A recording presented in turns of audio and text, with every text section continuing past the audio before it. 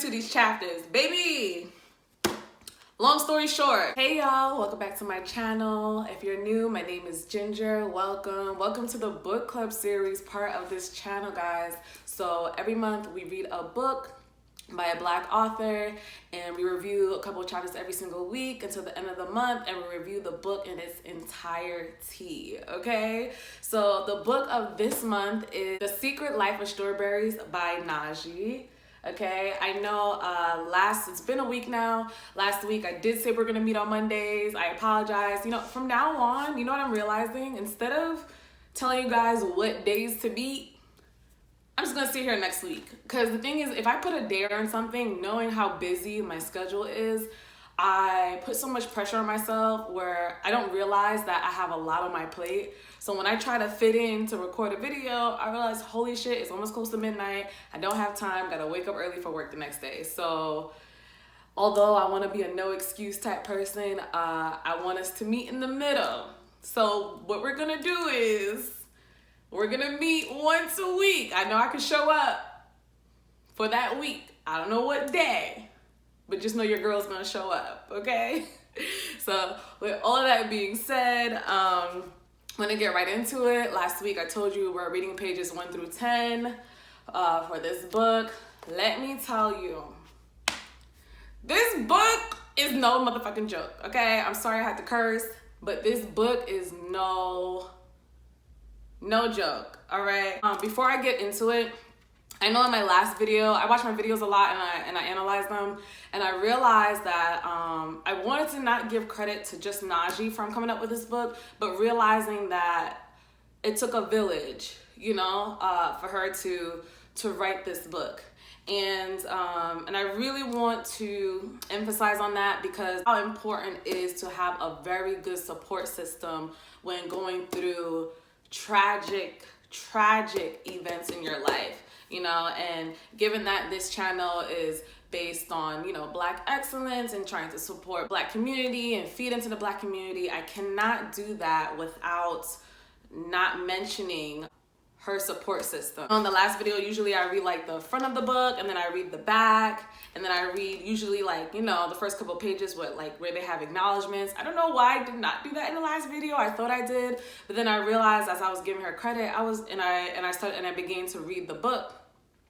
I realized like, oh my God, she really gave everybody like their flowers, you know? And then you can tell in the first couple of chapters, as we're about to discuss, how important and how imperative and how much of a significant role that these people played in her life, which I think is beautiful. You know the expression, it takes a village to raise a child. I think that is the only way to raise a child. Very, very necessary to have a village. It doesn't, no matter how big or small, there's a sense of community. So that way the kid or whatever child you're bringing up feels supported and has guidance in this crazy world that we live in, you know?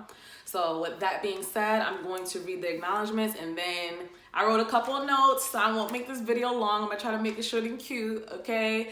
And I wanna discuss a couple things that stood out to me, and y'all let me know what y'all thought when y'all was reading this book, because shit got real quick, okay? With that being said, it has acknowledgments. It says, I give thanks to the Most High Divine Mother for guidance, love, and understanding. To my children, AJ, Mimi, Taryn, and JJ from the baby, mommy loves you with everything in me. Eric, Naja, my babe, I'm grateful that the universe blessed me with a loving, supportive being with such humility. Thank you for being my teacher, protector, and companion. Most of all, I thank you all for your unconditional love. You held it down with the kids all those days I spent at the tea shop writing. Thank you for listening to my ugly cry. Love you, boo. Adria Jones, my favorite cousin, I appreciate your support and countless days and nights you allowed me to vent to you during the writing process. Thank you for keeping me motivated and sane. Love you, girl. Alicia Thomas, my best friend, my sister, my kid's godmother. We've been rocking since kindergarten. Thank you for always being there for me. You've been through a lot with me, but you never wavered or thought any less of me. Sisters for life. I love you.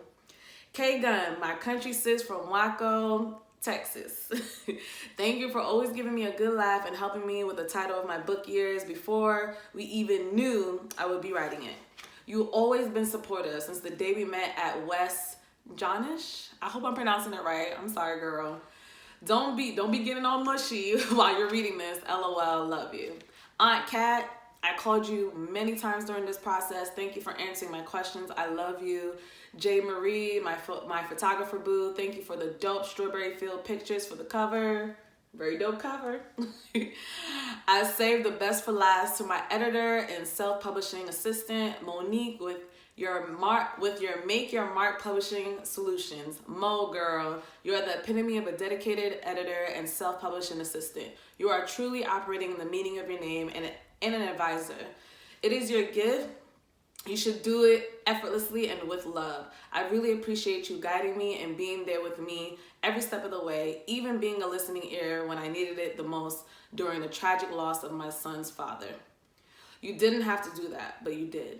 I appreciate you being patient with me. I am grateful that you have guided to hit me up in my DM, LOL, through Instagram. That's how I met you too, girl. You were sent to me. I've been telling others about you when asked about an editor, and I will continue to send harvest your way. I can't thank you enough. And then she also has a dedication page where it says, to the woman before me, my mama, and she put in parentheses strawberry, hence the title, The Secret Life of Strawberries, and my granny. Your roots run deep within me. To the woman reading this book, no matter what life throws at you, know you are a fruit, planted in the darkness of soil before sprouting. And just as fruit must ripen, so do you before reaping your harvest. Girl, that's a word. Okay? That is a word. I love that part of the book. I know that's way before we get into the chapters, but I think it's so important to give people their flowers while they're here. Now, let's get into these chapters. Baby! Long story short, chapters 1 through 10, as I said we're going to discuss. Girl, it's a girl named Callie, 9 years old, okay? And it started off with, just getting to know this beautiful young girl. She has a little brother that's a couple years younger than her. And I believe it's Neil, if I'm not mistaken. So it's Kylie and Neil. And we get a little background of how her mom is. This mom is a very, strong, assertive Black woman, is not to be played with. I know in the beginning it talks about her, even having her gat with her, get the gat. You know what I'm saying? It's just a powerful woman that is not to be played with, okay? That you can tell how protective she is over her kids, her family, or anybody that she loves, So you're painting this picture. Now, it shows you that, in relationships with a strong personality and the men that she, chooses to be with cannot be weak. So with that being said, I just want to paint a picture. I know it's I'm very animated, but I just want to paint this picture for how it starts, okay? So then, her mom, about her relationship with Callie's dad. And I think they got into an argument one night. Callie's mom shoots her dad in the leg, I think because they were going through the stresses of the relationship, a lot. So that relationship proceeded to end, but of course they have kids together, so there goes Callie and Neil. So boom, you got that backstory. Callie had this stepmom named Tika. And, stepmom was nice, typical nice, stepmom. It was a good relationship, no weird stuff. Callie's mom being the strong, assertive woman that she is, she felt some sort of way, I guess, after the breakup.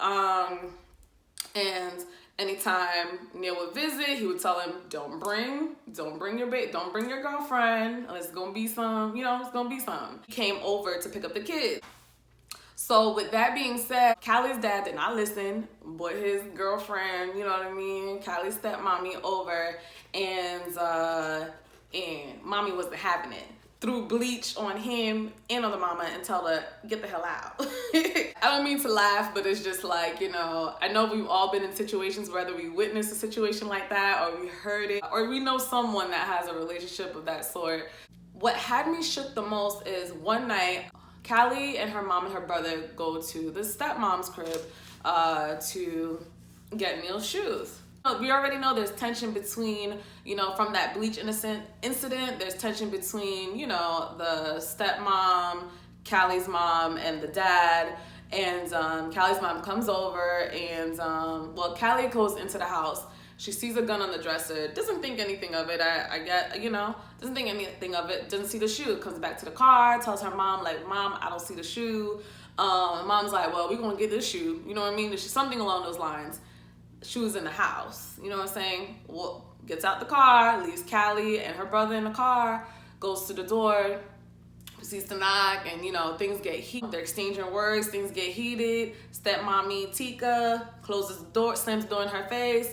Mommy is still on the front door. Tika proceeds to open the door, has a gun in her hand, the same gun that Callie seen on the dresser. Shoots the mom, pow, once. Then shoots the mom again as the mom turns her back walking towards the car. Then shoots the mom for the third time. You could imagine how shocked her kids are being in the car watching this horrific scene go down.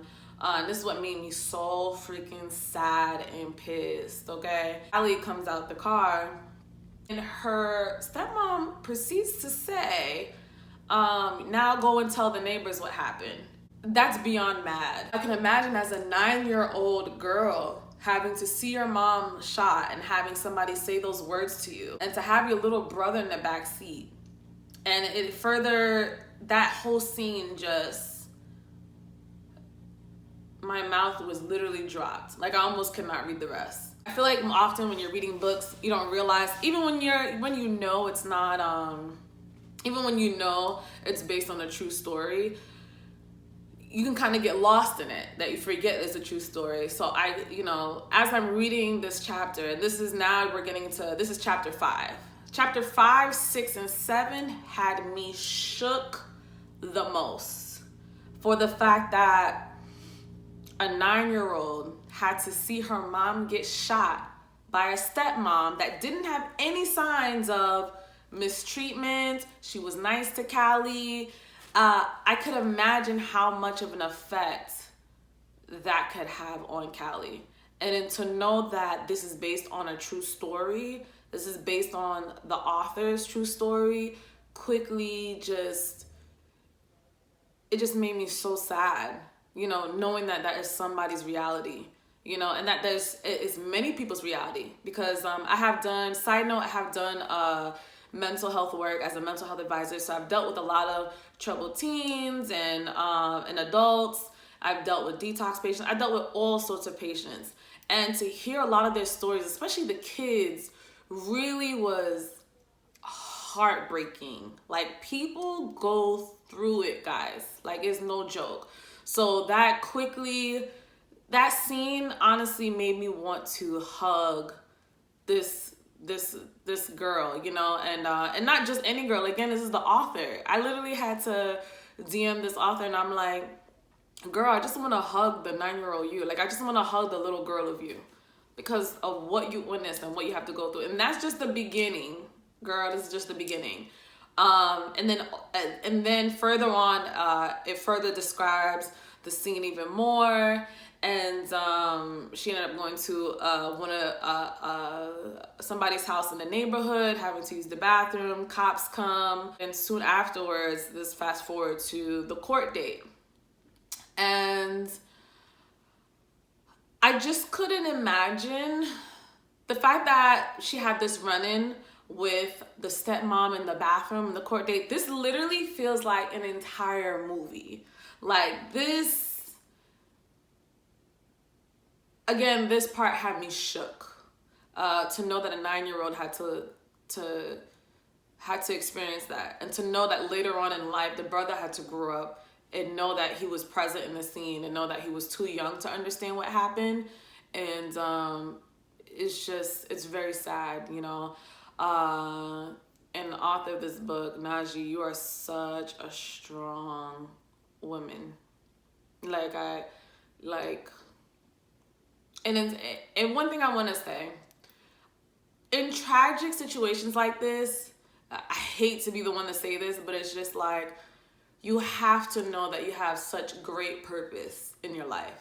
because it's often people who have the greatest purpose in life. It's always the people that go through the deepest pains in this life that have to help more people that go through similar pains and help save them by telling them their story, and them just showing up, deciding to live that day, deciding to show up the next day is enough to make somebody else want to go on in life. You know what I mean? So again, I had a feeling. I knew this book was going to be real. I knew I was talking to a person who come from real life experiences. I don't know, it was just a gut feeling. I took a chance when I came over her page and the author's page on Instagram when I went to purchase this book, and you know, I just followed my intuition. So I know this woman is supposed to reach a lot of people, because the things that you went through, and we didn't even get through the book. This is just a very significant part of your life, but this is just probably one of the first, if not the first, big incident and big trauma that you had to experience, you know. So after that, proceeds to the courtroom, and to, as a reader, to see what, to read what Callie is going through, her thoughts, and almost you get an inside, you get almost like a sense of what it would feel like if you were to be that person, if you were to be a 9-year-old and to witness your parent get murdered in that way, you know. Girl, again, I want to hug you,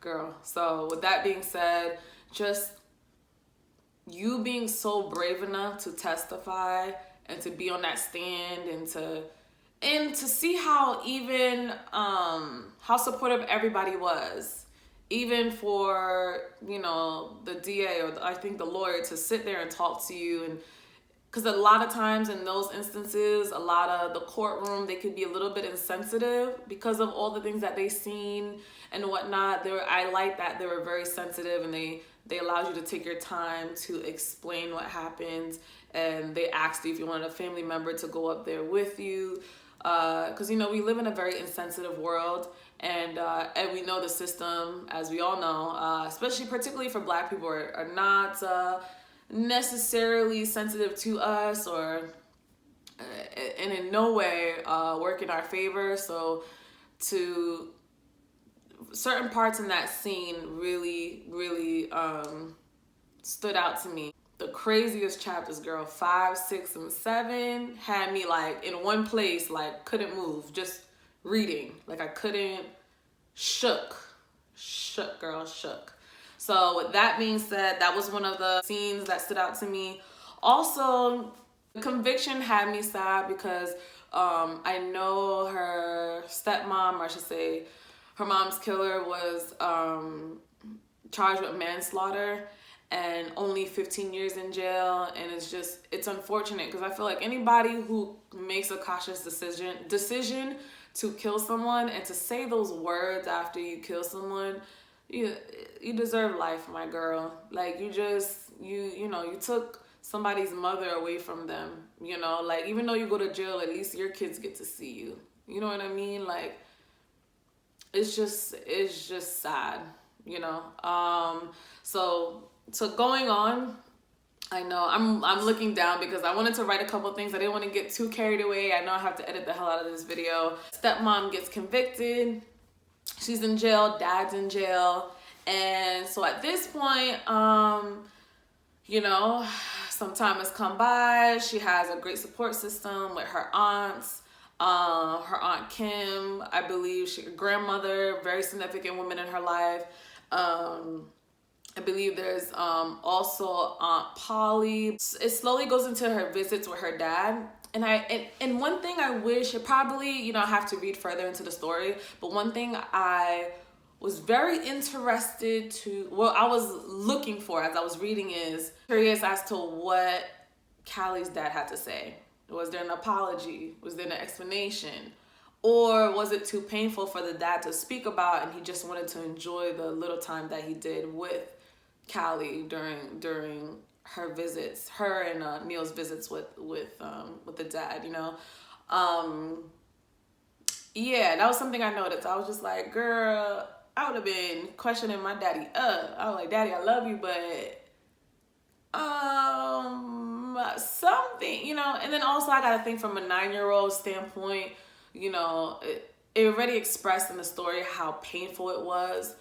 You'll never ever like forget that, you know. That's not something you go through life and you forget, like, that you know, that you don't have a mom. You came into this world with your mom, you know what I mean. Your mom knows what it feels like to live without you, but you come in this world not knowing how to live without your mom unless you know, she passes away or she's taken from you, you know. So I can imagine how traumatizing that is, you know. So girl, that's them chapters 1 through 10. It was intense. There was a lot more details that went on in these chapters. If you haven't gotten the book already, please get it, because it gets real from the first page. Okay, it's amazing to see what people make of themselves from the tragedies that they experience in their lives, and to see that they still show up, they're still brave, they're still having families, careers, they're still smiling, they're still loving, they're still caring people, because the world could really turn you cold and it can absolutely be justified, but it's always more beautiful when you could be optimistic for the future and also not allow life's pains to cripple you, you know. So I commend Nagi. I commend Callie in this book. Same girl. I commend her just being brave, just being a brave young girl that turned into a brave, courageous young woman. You're still, I know you're a little older than me, but you're still young, you know. You're still young, you're still full of life, and there's just so much to you, girl. You know, there's just so much more in store for you, you know. I can feel it.